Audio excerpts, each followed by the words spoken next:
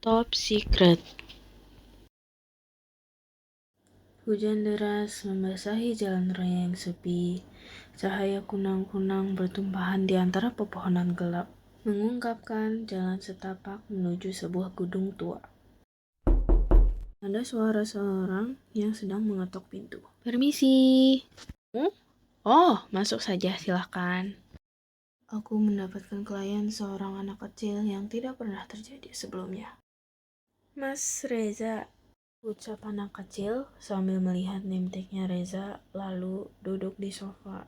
Reza mengangguk padanya. Ada yang membuatmu kesini, Rizky? Reza menanya sambil melihat data klien tersebut. Sebelum itu, aku benar-benar bisa percaya pada Mas Reza kan? Karena Mas Reza adalah seorang psikolog, di mana orang yang datang pada Mas akan mempercayai seluruhnya ke Mas, menceritakan dan mengeluarkan semuanya. Dan Mas Reza tidak akan membocorkan apa yang diberitahui oleh kliennya kan? Rizky menanya kembali. Reza hanya bisa mengangguk kepadanya. Rizky memukul meja yang berada di depannya dan mulai berdiri, menengok ke samping kanan dan kiri, lalu mencondokkan badannya secara sedikit-sedikit kepada Reza.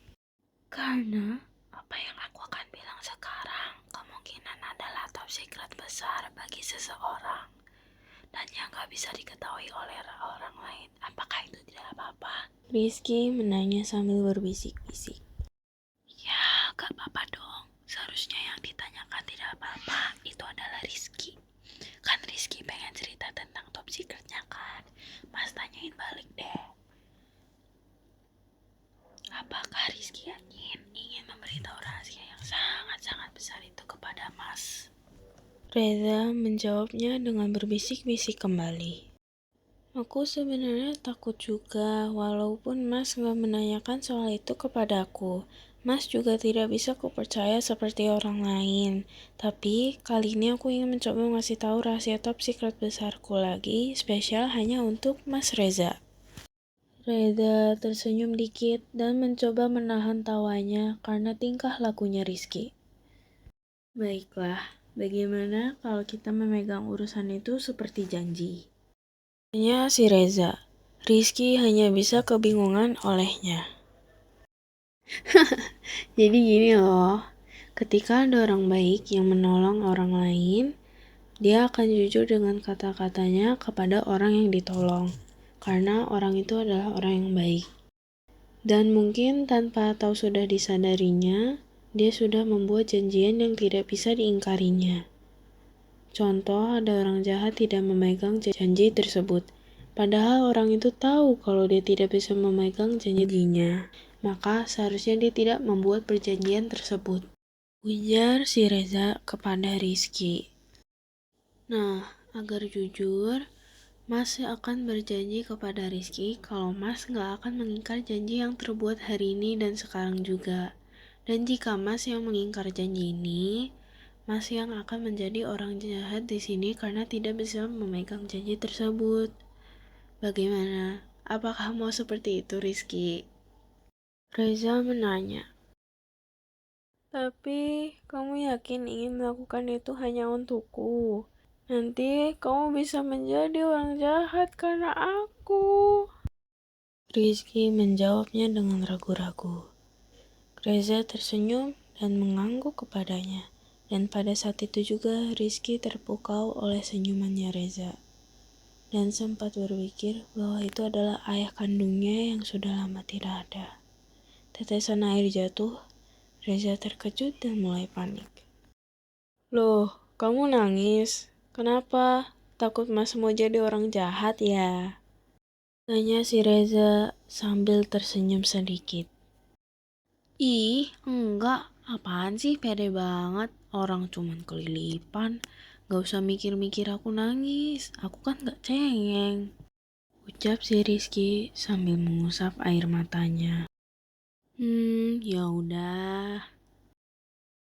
Reza tersenyum lagi karena Rizky pun mengambek kepadanya. Reza mulai memikirkan apa yang biasanya membuat anak laki-laki tidak mengambek lagi. Reza mendapatkan sebuah ide yang kemungkinan bisa mengatasi ini. dan Reza pun mulai menanyakan kisahnya Rizky. Lalu, apa yang membuatmu datang ke sini, Rizky? Janji dulu dong, sebelum aku akan mengasih tahu itu kepada Mas Reza. Jawab si Rizky dengan tegas. Oh iya, Mas akan berjanji pada Rizky kalau Mas tidak akan mengasih tahu orang tentang top secretnya Rizky. Janji? Janji. Sebenarnya aku bisa melihat makhluk lain. Yang benar, Rizky. Reza menjawabnya dengan takut. Benar kok, mending percaya dulu. Kata Rizky percaya diri. Baiklah, biasanya kapan saja Rizky bisa melihat mereka? Setiap hari, setiap waktu. Jawab Rizky. Apa yang Rizky lakukan ketika melihat mereka? Awal aku melihat mereka itu dari umur 4 tahun. Saat aku melihat mereka pertama kali ya seperti yang Mas Reza duga, reaksiku shock, nangis, dan takut. Aku setiap hari sejak itu mulai dekat sekali dengan ibu. Ibuku itu seperti sudah menyadari kalau aku bisa melihat sesuatu yang tidak bisa dilihat oleh ibu. Ibuku mulai mendekatiku tidak seperti yang sebelumnya karena ibuku tidak pernah sedekat itu. Makanya aku berspekulasi yang seperti itu kalau ibu juga kasihan kepadaku karena aku ditinggal olehnya. Dan bisa melihat sesuatu yang orang lain tidak bisa lihat. Mungkin seperti itu. Tapi makin lama aku juga memaafkannya karena yang aku punya sekarang hanya ibuku. Kata Rizky, mukanya langsung terlihat murung. Baiklah. Lalu coba ceritakan beberapa atau salah satu situasi di mana Rizky sudah pasrah atau sangat ingin sekali kabur dari tempat tersebut saat melihat mereka. Ujar si Reza semakin penasaran dengan kisahnya Rizky. Mulai dari mana ya? Bulan lalu aku pulang dari sekolah berjalan kaki karena sekolah lumayan dekat dengan rumahku. Waktu itu aku pamit dengan teman-temanku, lalu aku mulai berjalan menuju rumah. Untuk pulang, aku harus menyeberangi jalanan. Dan di tengah keramaian di situ, aku melihat seorang lansia nenek-nenek yang ingin menyeberang juga. Aku mencoba membantunya dengan menemaninya saat menyeberang. Sampai di bagian akhir zebra cross, nenek itu mengatakan, "Kamu bisa lihat aku ya?" dengan senyuman aneh. Seketika aku mendengar itu, aku lari ketakutan dan menyadari sejak itu aku tidak bisa membandingkan hantu dan manusia. Ada suara seseorang sedang mengetok pintu ruangan. Ya, siapa? Ini istrimu Putri, Reza. Oh, silakan masuk. Reza menjawabnya. Sayang, lihat aku mau bawa makanan. Loh, Putri membuat ekspresi bingung setelah melihat Rizky.